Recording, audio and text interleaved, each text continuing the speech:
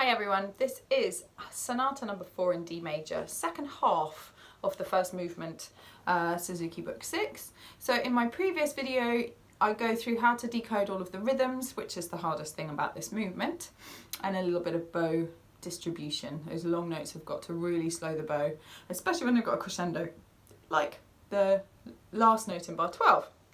So I'm just going to play you this section, and I want you just to follow your music rather than playing with me, and just really watch. And I think that's a really useful thing to do as well in your practice, is to put the music out in front of you. Don't even get your violin out, just look at the music and listen to the music and really think about the rhythm maths that you need for this piece. Okay, so here is bar 12.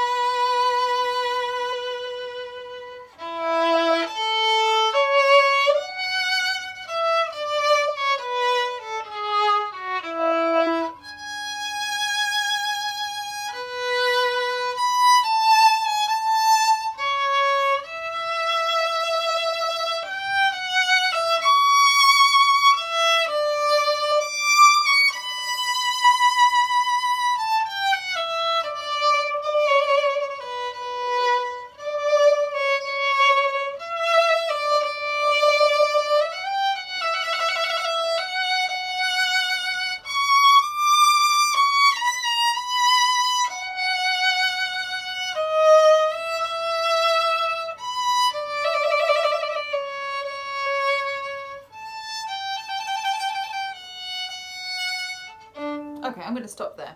So sorry about a few tonal imperfections. This is not my normal violin, as you can probably tell.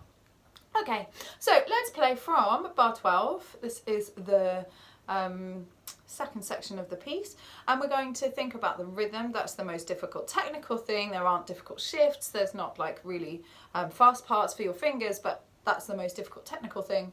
And if you're already on top of the notes, you can think about your interpretation and where you want to do crescendos, diminuendos, how much vibrato you want to use, whether you're playing in a romantic style, even though this is a Baroque piece, or whether you're going to try and pare it down a little bit more for a more authentic performance. Okay, so 3 and 4 and 1.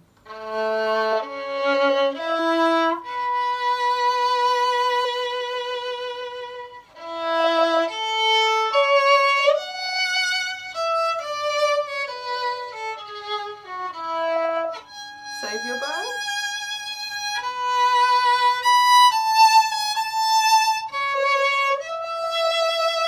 Even, dotted.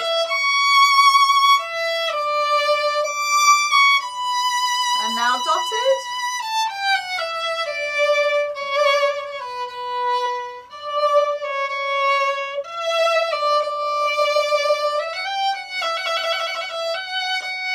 And let's stop there. Well done. So I think if you're on top of your rhythm for the first half, you'll be able to play all of that without any problem.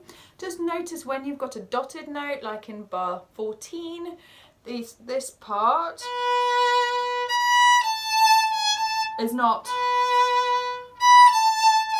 it's not two dotted rhythms, it's one duple and then one dotted. But when you get to bar 17, you might need to just work out the third beat. So you've got, if you think about that approach of taking off a beam, it's like a dotted crotchet, and then two demi-semiquavers and a semiquaver. When you look at this, you've got two hemi-demi-semiquavers and then a demi-semiquaver, so it's very complicated. But if you just imagine taking off the bottom beam, so 1, 2, 3, 4, 1, 2, 3, 4. That would be how you think about it if you'd converted it in your mind into 4/4.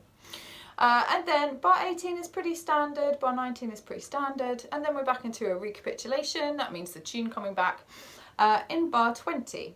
So let's go from 17 and play together. See if you can keep your rhythm the same as mine. Ready, and...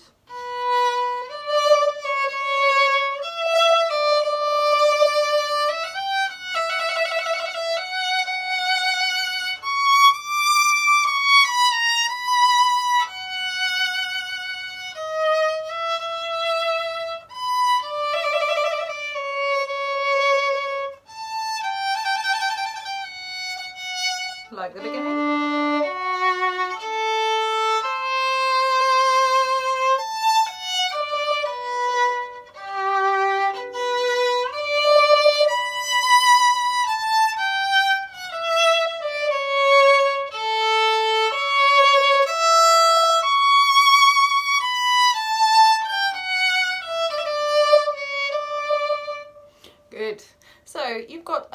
important to add in here. It's not particularly difficult, just another layer of understanding to put into your music theory, which is what you're really testing at this stage. So bar 23, you've got your modern, that means you play the note written, the note above, and the note written again.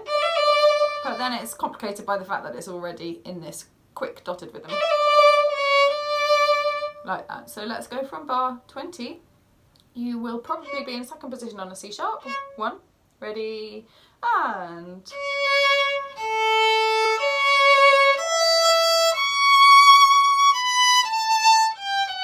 Mordant. Slow bow. Crescendo.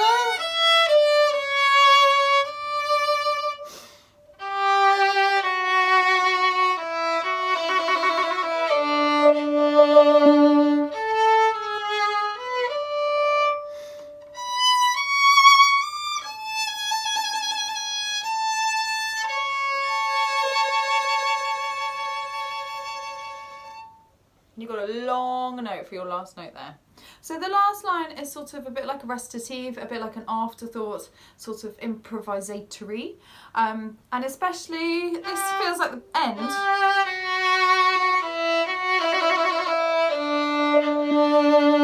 That's your keynote, so that's why it feels like the end. But then there's an extra bit, which modulates you.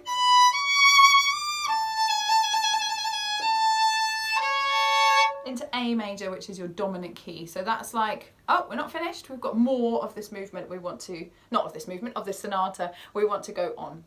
Okay, so I hope that's been really helpful, and there is a video of me just playing this through with the piano part. If you want to join me, you can find that in the Book 6 playlist. Thanks.